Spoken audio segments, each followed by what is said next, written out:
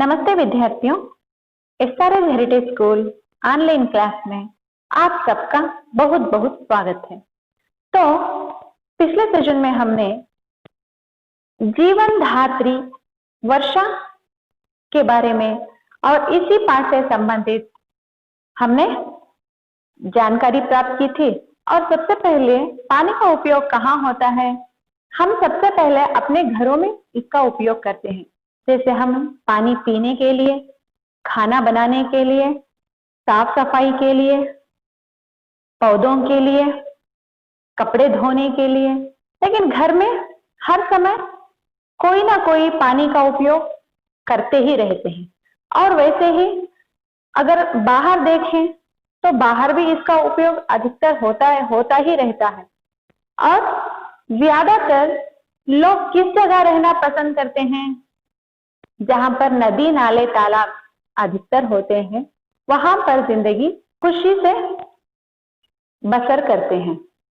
और वर्षा की अधिकतर जरूरत किसे होती है?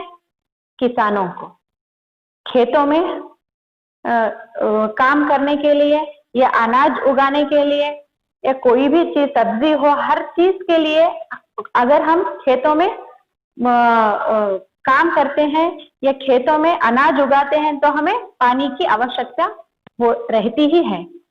तो इसी के साथ साथ इस पाठ में हमने यह पढ़ा था कि पानी हमारे लिए अनिवार्य है। ये हम सब लोग जानते हैं कि हमें कितनी इसकी आवश्यकता है।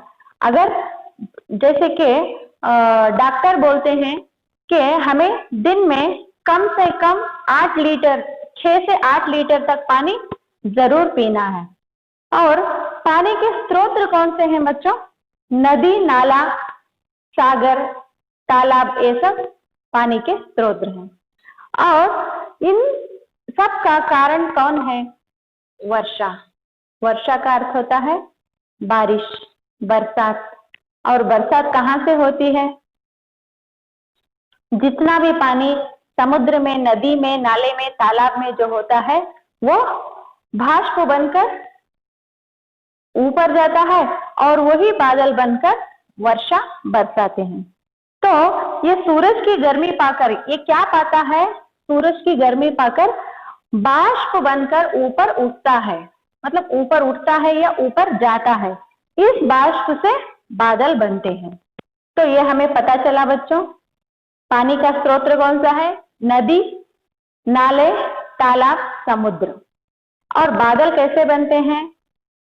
सूरज की गर्मी पाकर जो नदी, नाले, तालाब में जो पानी होता है वो बाष्प बनकर ऊपर उठता है और उससे बादल बनते हैं।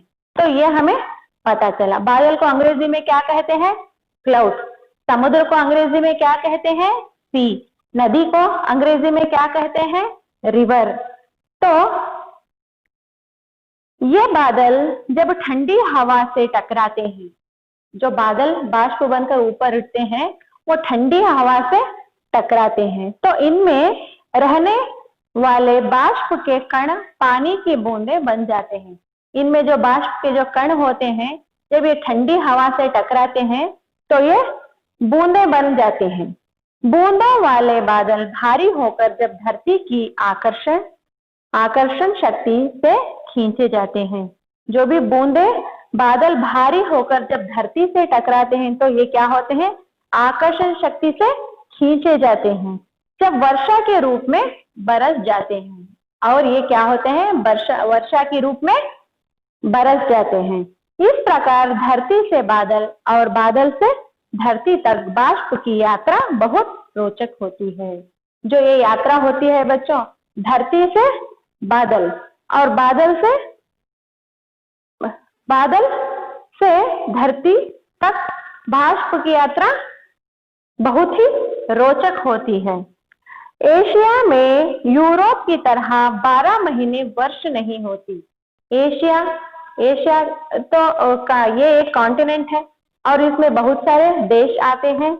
और एशिया में जैसे यूरोप में साल में जो 12 महीने जो वर्षा होती है, इसी तरह एशिया में इस तरह वर्षा नहीं होती। मानसूनी हवाएं वर्षा लाती हैं। जो हवाएं मानसूनी हवाएं होती हैं वह वर्षा लाते हैं। सर्दी गर्मी की ऋतु में वर्षा आमतौर पर कम होती है।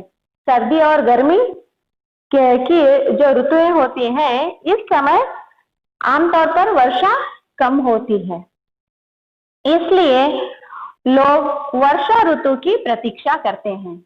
वर्षा ऋतु की प्रतीक्षा अधिकतर किसान करते हैं, क्योंकि जैसे मानसूनी हवाएं जो वर्षा लाती हैं और इससे सर्दी और गर्मी की ऋतुओं में वर्षा आमतौर पर कम होती है, तो इस लोग वर्षा ऋतु की प्रतीक्षा करते हैं, इंतजार करते हैं वर्षा ऋतु का।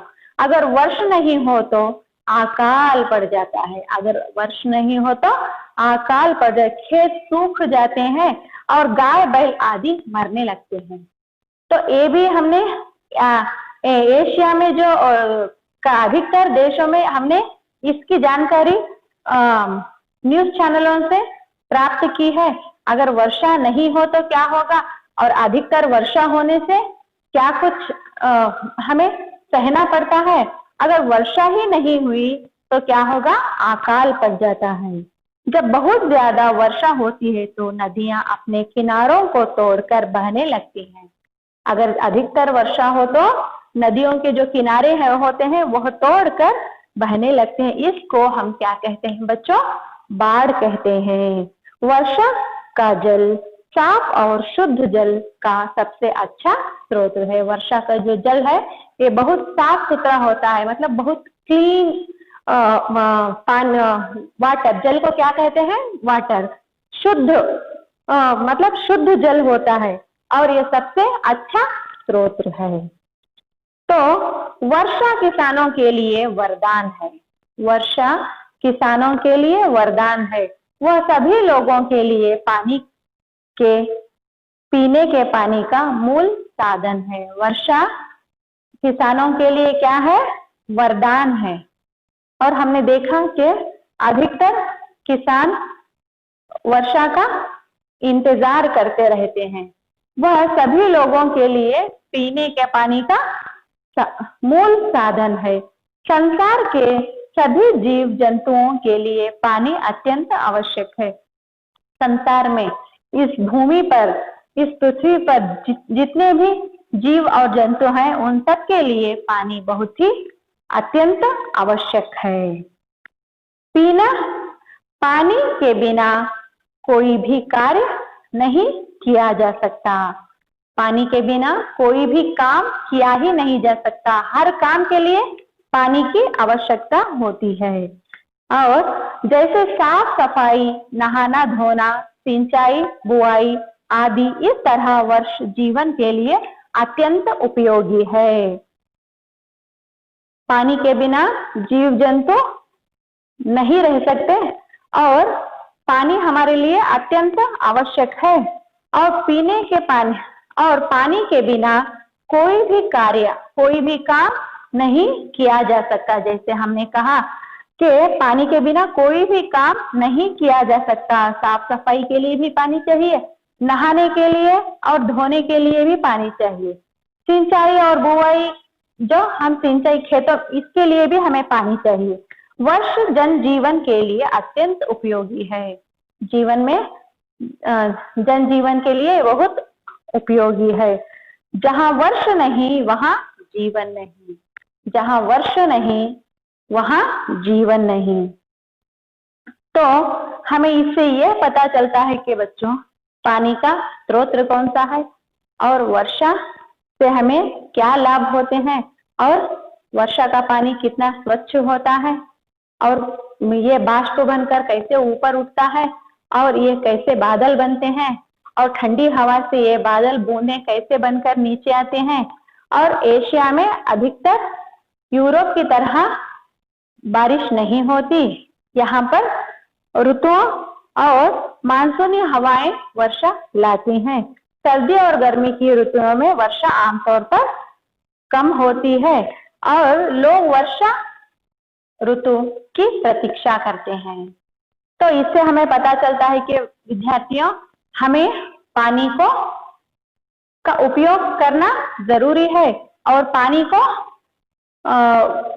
पीना भी बहुत जरूरी है, लेकिन हमें पानी को कहीं पर भी, अगर आपके घर में कोई जो भी कहीं पे भी पानी आता हो या अधिकतर पानी आता हो तो उसे बंद करना चाहिए ताकि उसका उपयोग दूसरे कर सकें। अगर बारिश हो रही है तो हमें उस पानी को भी बचाकर कहीं पर भी कहीं पे भी हम उसे हमारे उपयोग के लिए लेने के लिए उसे बचाकर रख सकते हैं। अगर पानी कम हो तो भी अकाल आएगा, अगर पानी ज्यादा हो तो भी इससे नाले नदी होते हैं वह अपने किनारे तोड़कर बहने लगता है। तो इसके बारे में इस पाठ से हमें यह सीख मिली कि वर्षा की हमें कितनी जरूरत है और इसके स्रोत कौन से हैं, ये सब हमने इस पाठ में सीखा। और यहाँ पर शब्द और अर्थ का मिलान कीजिए। पेय पीने की चीज, कोई वस्तु है पेय बोलते हैं, वो कुछ भी पीने की चीज हो सकती है। भारी वजनदार, मतलब कोई बहुत भारी वस्तु है तो उसे हम वजनदार कहते हैं। प्रतीक्षा इंतजार, खेत जमीन। तो ये शब्द से मिलान हो गया बच्चों। और यहाँ पर गृह कार्य है, इन प्रश्नों के उत्तर लिखिए। बादल कैसे बनते हैं, वर्षा कब होती है, वर्षा नहीं होती तो क्या होता है। तो इन प्रश्नों के उत्तर आपको एक प्रश्न का उत्तर 5 बार लिखना है। तो आशा करती हूँ कि विद्यार्थियों आज का सेशन आपकी समझ में आया होगा। अगले सेशन में फिर से मैं एक नए पाठ के साथ आपके सामने आऊंगी। तब तक के लिए आप सबको मेरा बहुत बहुत बहुत धन्यवाद।